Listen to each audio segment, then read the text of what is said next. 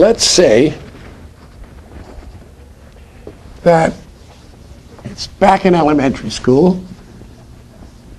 We've got a teeter-totter here. We got a great big kid, and his name is Frank Price. We have two smaller kids on this end, and they're always together. Their name is yield and rate, interest rates. Now, if you know the direction of one of these kids, you're going to know the direction of the other two. And this is kind of what happens. The head of the Federal Reserve raises the discount rate. So interest rates go up. That makes existing bonds in the secondary market drop in value in order to yield the higher rate, which then raises the yield higher. So you have rates going up, then yields are going up, and they're always going opposite to price. Now, a short-term bond is like a short teeter-totter. It doesn't move very much. But a long-term bond is like a much longer teeter-totter, and there's going to be a lot more fluctuation in yields and prices on long-term bonds and very little change on short-term bonds.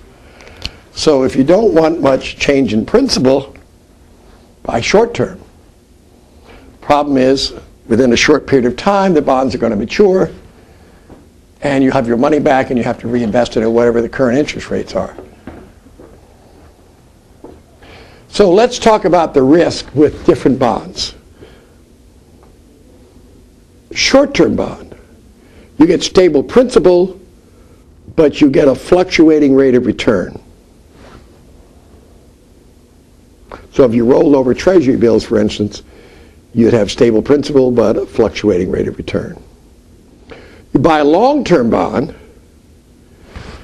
you've got stable income because you're still going to get the coupon rate throughout the life of the bond, but during the life of that bond, interest rates are going to go up and go down, and so your principal is going to fluctuate in the secondary market if you had to sell those bonds. If you hold them until maturity, of course, you will get your principal all back again.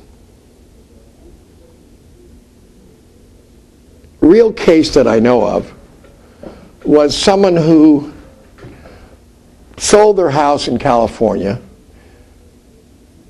got a ton of money in their pocket, and went to Texas. And they went to a broker and said, well, we bought some land outside of Dallas that in 4 years we want to build a house on.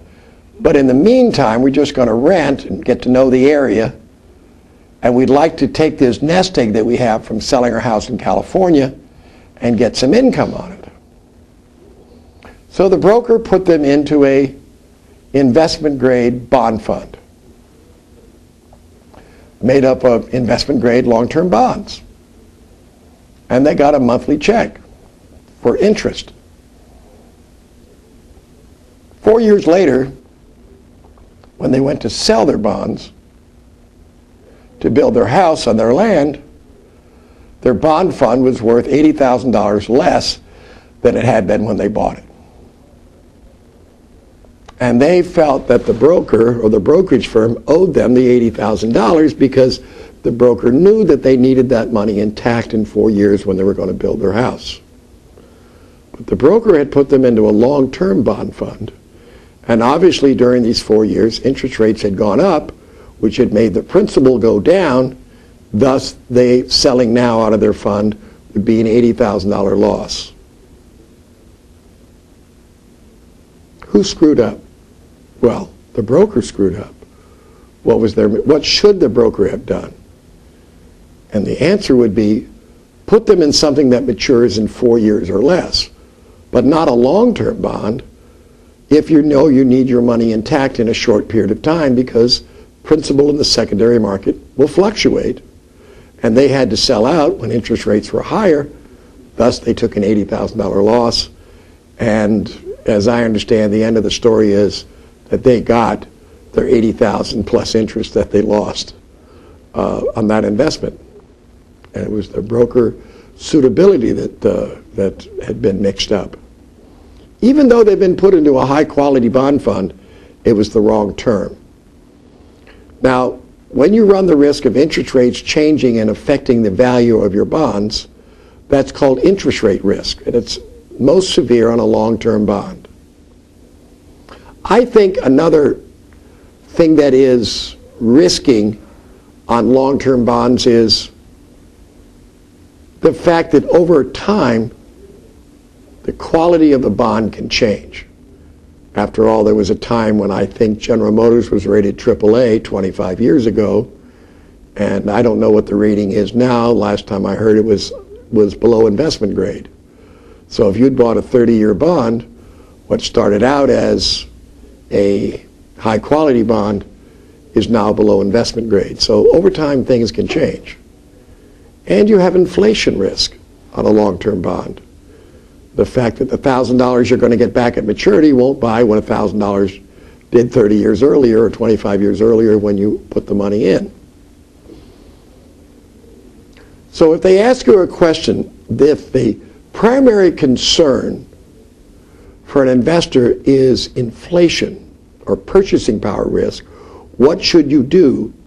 And they offer you long and short-term alternatives. The answer is short-term. Now, we could argue that point, but that's what they're looking for. So if they give you money market, good answer. If they give you money markets, funds, that's good. Short-term, 1 year, debt rollover, treasury bills, for instance, that would be a good answer. But pick the shortest of the debt if they give you 4 answers in debt. If they gave you long-term debt and a bond common stock fund, if you look at what common stocks have done over the last 25, 30 years, compared to an investment in bonds, you'd have been much better off in common stocks.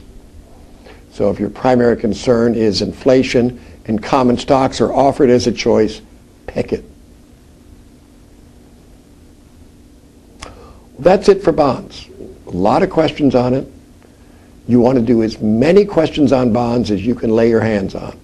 We have a number of them at the end of our chapters. We have a number of questions in our other exams.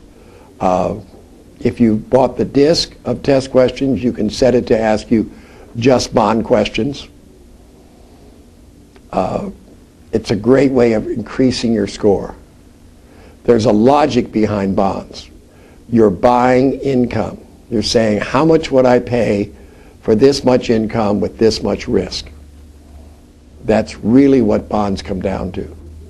And do these bonds do what I need? Do they fit my situation? If I'm retired, do they give me safe income?